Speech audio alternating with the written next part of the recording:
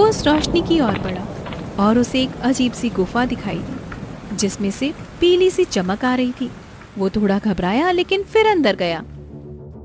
ये कैसी जगह है? सब कुछ सुनसान है, लेकिन यहाँ रोशनी कैसी? गुफा के अंदर वो जैसे ही आगे बढ़ा उसे सामने एक अलग ही दुनिया दिखाई दी। वो एक गांव जैसा था, लेकिन वहाँ कोई इंसान नहीं था। पूरा गांव सोने के जैसा चमक रहा था। ये तो कोई सपना लग रहा है, मगर मैं तो जाग रहा हूँ। फिर ये क्या है?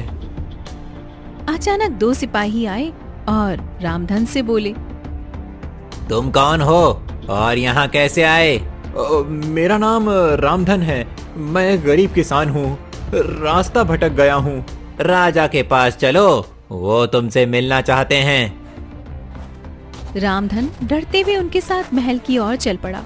उसे समझ नहीं आ रहा था कि अब उसके साथ क्या होने वाला है, लेकिन ये जगह किसी सपने जैसी लग रही थी। मैं कहीं सपना तो नहीं देख रहा हूँ। सब कुछ इतना चमकदार कैसे है? और ये लोग कौन हैं? वहाँ अंदर से एक तेज और गंभीर आवाज आई। उसे भीतर ले आओ। रामधन अंदर गया तो सामने एक ऊंचे आसन पर एक वृद्ध राजा बैठे थे, जिनके चेहरे पर तेज और आंखों में करुणा थी। बताओ कौन हो तुम और यहाँ कैसे आए? महाराज, मेरा नाम रामधन है। मैं गरीब किसान हूँ। बारिश में मेरी सारी फसल बह गई। सेठ ने मेरी जमीन छीन ली और अब मैं जंगल से लकड़ी काटकर अपने बच्चों का पेट पालता हूँ। आज रास्ता भटक गया तो ये गुफा दिखी। तुम्हारी बातों में सच्चाई दिखती है रामधन। तुम्हारा संघर्ष तुम्हारी आंखों में साफ दिखाई देता है। महाराज, हम तो बस 2 रोटी के लिए मेहनत करते हैं। हम गरीबों का तो कोई सहारा नहीं होता। तुम जैसे लोग ही असली राजा होते हैं रामधन, जो बिना शिकायत के परिवार को बचाने के लिए लड़ते हैं। और एक छोटी सी तिजोरी मंगवाई। रामधन, ये लो कुछ सोने के सिक्के। इन्हें अपने पास रख लो और अपने घर जाओ। अपने बच्चों के लिए कुछ खाना और कपड़े लाओ और एक नई शुरुआत करो। महाराज, मैं ये नहीं ले सकता। हम गरीब हैं, लेकिन मेहनती हैं। ये मेहनत का ही इनाम है। अगर ये तुम जैसे ईमानदार आदमी को नहीं दूंगा तो किसे दूंगा? रामधन की आंखों में आंसू आ गए। वो झुककर राजा के चरणों में गया। आपने तो जैसे मेरी जिंदगी बदल दी महाराज। अब मैं अपने बच्चों को भूखा नहीं रखूंगा। जाओ रामधन, लेकिन याद रखना, ये गांव सिर्फ उन्हीं को दिखाई देता है जो सच्चे दिल से मेहनत करता है और अपने स्वार्थ से ऊपर होते हैं। अगली सुबह रामधन इन सिक्कों को लेकर बाजार में गया। वहाँ से उसने खूब सारा राशन लिया, बच्चों के लिए नए कपड़े खरीदे और सुनीता के लिए एक रंगीन साड़ी खरीदी। आज दिल से सुकून मिला सुनीता।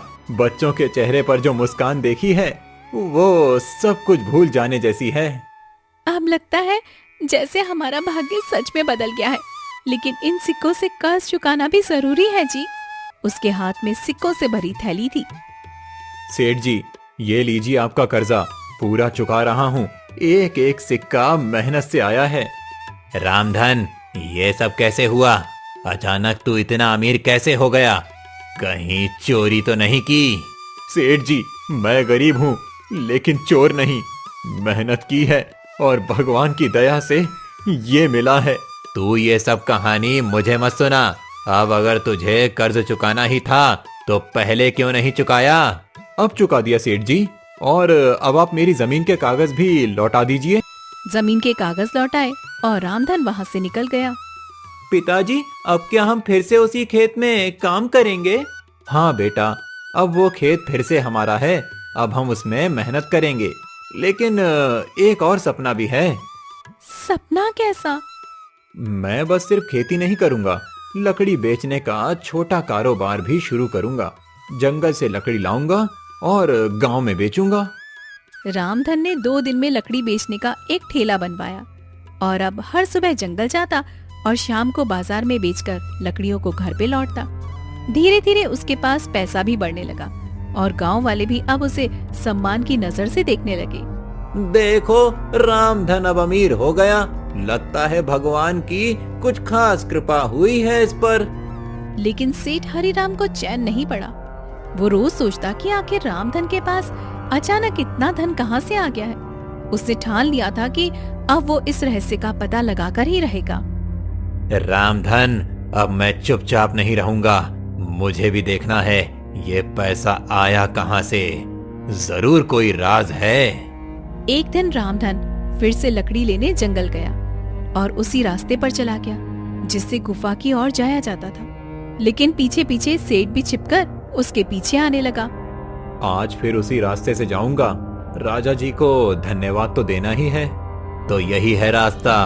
तू यहीं से गया था, अब तो मैं भी तेरे पीछे पीछे चलूंगा। देखता हूँ क्या खेल है। कुछ ही दूर पर वो गुफा होगी। अब गुफा कहाँ है? दिखाई क्यों नहीं दे रही? लगता है किसी रहस्य में छुपा है सब। वो रही मेरी गुफा, वही जगह जहां मेरी तकदीर पलटी। तो तू यहीं आया था। अब मैं भी आऊंगा और जितना सोना मिलेगा सब मेरा होगा। हे भगवान, बस एक बार फिर उस राजा से मिलना हो जाए। अब तेरा भगवान नहीं, मेरा दिमाग चलेगा। मैं चुपचाप देखूंगा तू क्या करता है। राजा जी, क्या आप सुन रहे हैं? मैं फिर से आया हूँ। किससे बात कर रहा है ये? कोई है क्या भीतर? कौन हो तुम? मैं रामधन हूँ, राजा जी से मिलना है। ये आवाज कहाँ से आई? अंदर कोई सच में है? अंदर आओ, राजा जी तुम्हारी ही राह देख रहे हैं। हैं? ये लोग तो इसे जानते हैं पहले से। ये जरूर कोई बड़ा राज है। मैं बहुत आभारी हूँ राजा जी का। उन्होंने मेरे जीवन को रोशनी दी। अब बहुत देख लिया, अब मेरी बारी है। सेठ धीरे से गुफा की ओर बढ़ा। जैसे ही वो अंदर जाने लगा, एक तेज चमक प्रकट हुई और चारों ओर अंधेरा छा गया। रुको, कौन हो तुम? मैं सेठ हरिराम हूँ। मुझे भी राजा से मिलना है। तुम्हारे अंदर लालच की गंध है। राजा ऐसे लोगों से नहीं मिलते। मैं जानता हूँ रामधन को ये सब कैसे मिला। उसे उसकी ईमानदारी ने दिया और तुम्हें तुम्हारा लालच यहाँ से दूर ले जाएगा। नहीं, मैं भी वही चाहता हूँ जो उसे मिला। तुमने गरीबों की जमीन छीनी और अब उसे भी छीनना चाहते हो। ये जगह तुम्हारे लिए नहीं है। राजा के आदेश पर तुम्हें बंदी बनाया जाता है। नहीं, ये अन्याय है। मैं कुछ नहीं कर रहा था। तुम्हारी सजा तुम्हारे कर्मों से तय हुई है। सेठ को सैनिक पकड़कर अंधेरे में ले गए और गुफा फिर से शांत हो गई। राजा जी, आपने इंसाफ किया। वो आदमी दूसरों की तकदीर चुराता था और तुम दूसरों के लिए मेहनत करते हो। जाओ रामधन, अब तुम अपने जीवन में हमेशा सुरक्षित रहोगे। धन्यवाद राजा जी, मैं कभी आपके विश्वास को नहीं तोड़ूंगा। रामधन गुफा से बाहर निकला और अब उसके चेहरे पर संतोष था, लेकिन साथ ही मन में एक सवाल भी था। क्या ये रहस्य कभी किसी और को भी दिखेगा या सिर्फ उन्हीं को जिनका दिल सच्चा होता है? अब रामधन के पास सब कुछ था, लेकिन वो फिर भी उसी सादगी से जीता रहा। आज सब कुछ साफ हो गया। सेठ का लालच उसका अंत बना और ईमानदारी मेरी ताकत। तुम आज जल्दी लौट आए जी, सब ठीक तो है ना? सब ठीक है सुनीता, अब कोई डर नहीं रहा। राजा जी ने सब देख लिया और न्याय भी दिया। पिताजी, सेठ कहाँ गया? अब जहाँ ऐसे लोगों को जाना चाहिए वहाँ गया बेटा। आप क्या करने का सोच रहे हो आप?